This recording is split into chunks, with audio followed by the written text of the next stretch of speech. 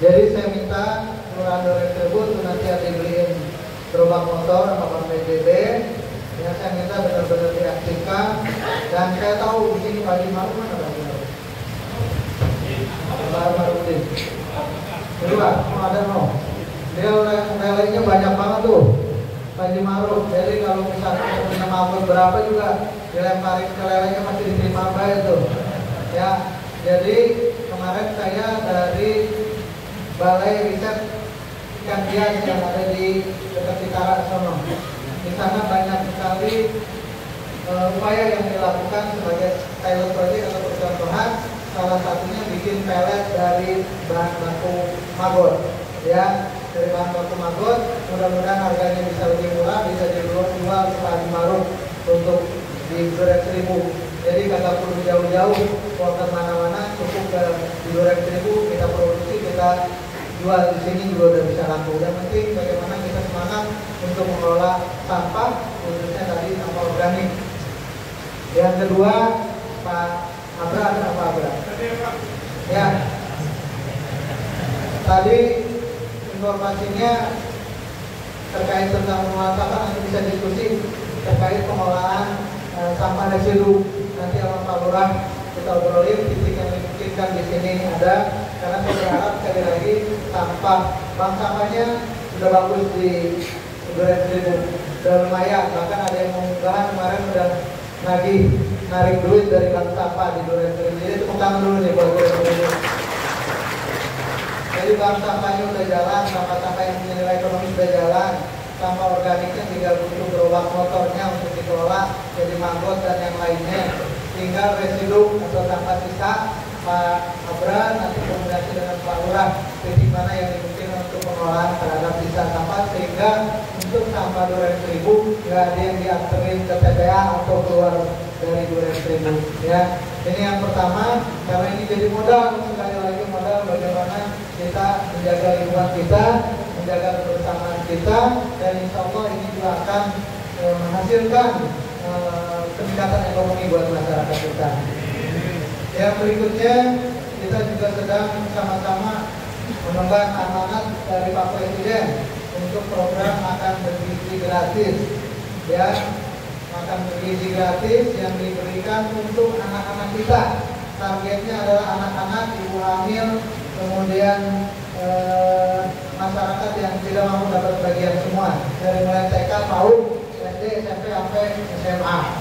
Ya, ini juga menjadi hal yang penting buat kita, bukan cuma anak-anak kita yang dapat makanan gizi gratis nanti. Mudah-mudahan seiring waktu akan cepat kita tambahkan dapur-dapur yang ada di masing-masing kelurahan. Jadi kita Depok hari ini baru punya 10 dapur, ya, namanya Persatuan SPPG, ya, SPPG atau dapur lah biar gampangnya, orang boleh terikut jadi ribet lagi. Pokoknya dapur, ada satu dapur itu melayani atau nyiapin makanan untuk 3.000 orang anak. Termasuk kemarin saya ketemu dengan forum pondok pesantren nasional yang dapat amanah kalau pondok pesantren punya lahan 20 kali 20 atau 400 meter akan dibangunkan tempatnya untuk dapur, dan insya Allah akan masakin buat santri di pondok pesantren itu. Kalau santrinya ada 3.000 udah gak kemana-mana itu masakan. Tapi kalau baru ada 2.000, 1.000-nya buat keluar, karena satu dapur itu diperuntukkan untuk sekitar 3.000 anak. Nah, yang saya mau cerita, ini ada ibu-ibu juga, ibu PKK.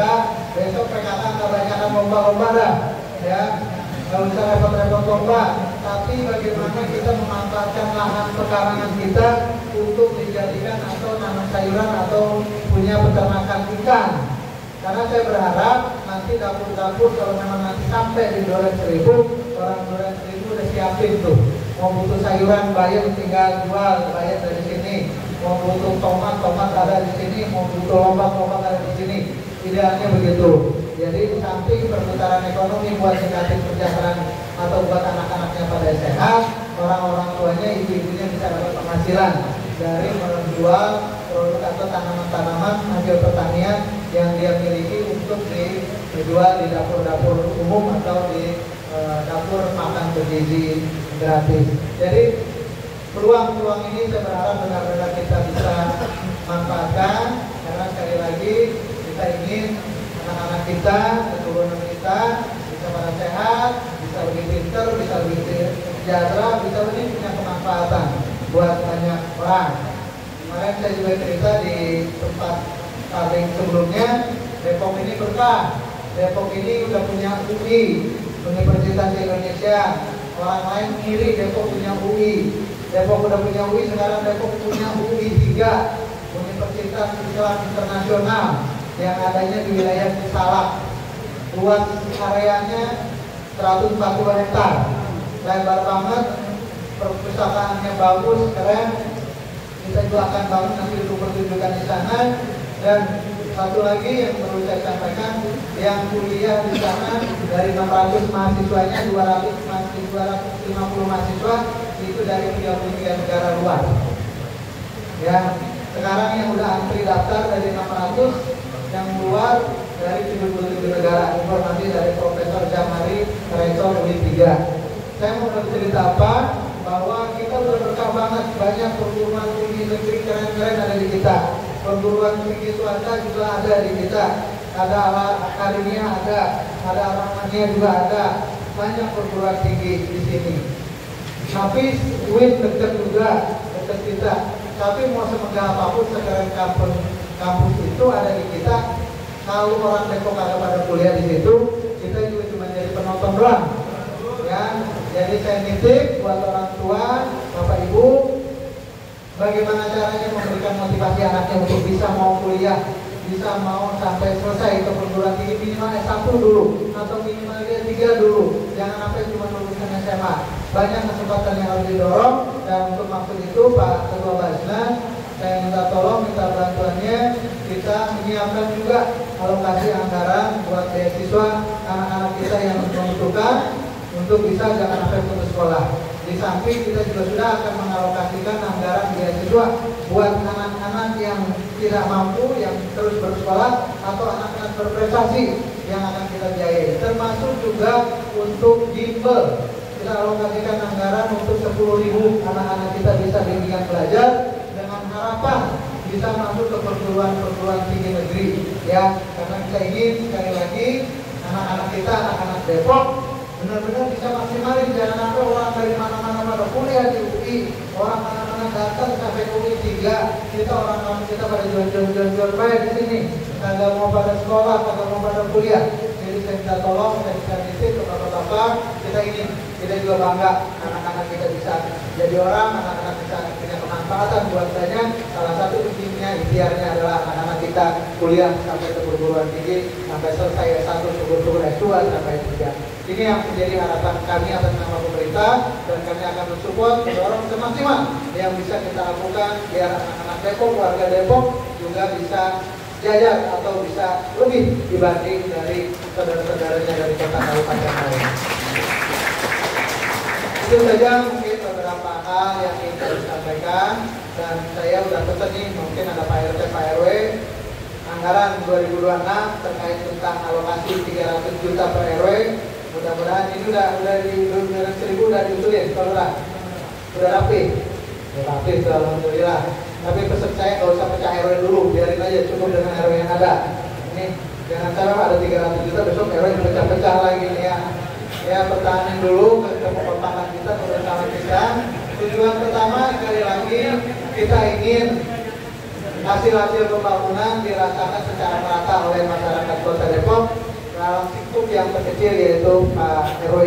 Yang kedua, kita juga ingin hasil pembangunan ini juga menjadi modal kebersamaan, keguyuban, kegotong royongan di lingkungan. Salah satunya adalah alokasi anggaran 300 juta. Untuk itu, sekali lagi saya mohon doa, mohon dukungannya biar program-program kita ini benar-benar bisa maksimal, bisa berjalan, dan tentunya nggak lepas dari dukungan dari Bapak dan Ibu semua. Yang terakhir, dalam kesempatan baik ini, saya menyampaikan salam hormat dari Pak Chandra. Harusnya beliau sama-sama saya ke sini, tapi tadi ada undangan dari Pak Kapolres, ada kegiatan di Polres buka puasa bersama dan santunan Yasin, jadi kami bagi tugas Pak Chandra ke Polres, saya datang ke sini. Sampai salam beliau kepada warga Duren 1000, warga Bojong-Sari. Yang kedua, dari kami berdua, saya dan Pak Chandra mengucapkan terima kasih yang sebesar-besarnya kepada warga Bojong-Sari, warga Duren 1000 atas amanah yang diberikan, kepercayaan yang diberikan, sehingga saya dan Pak Chandra dapat kesempatan buat melayani masyarakat Kota Depok. Tapi sekuat apapun kami berdua, tanpa dukungan dari Bapak dan Ibu warga masyarakat Kota Depok, apa yang menjadi cita-cita ini nggak akan terwujud. Untuk itu, kesempatan baik ini saya mohon doanya, mohon dukungannya, mohon restunya, mohon kebersamaannya. Sama-sama kita bangun Kota Depok biar buah mangga bisa jadi pisang Depok. Biar kita bangga jadi orang Depok. Itu saja yang dapat saya sampaikan. Sekali lagi terima kasih atas penerimaan malam hari ini, luar biasa. Saya nggak tahu tadi ada yang dapat pecak tembak apa nggak. Biasanya menunya petak tembak di sini, kumpulannya pecak timun. Saya nggak tahu di sini ada apa nggak. Jadi sekali lagi terima kasih pada panitia yang sudah luar biasa melakukan pantau, terima kami semua yang ada di sini, para perangkat daerah. Mudah-mudahan apa yang Bapak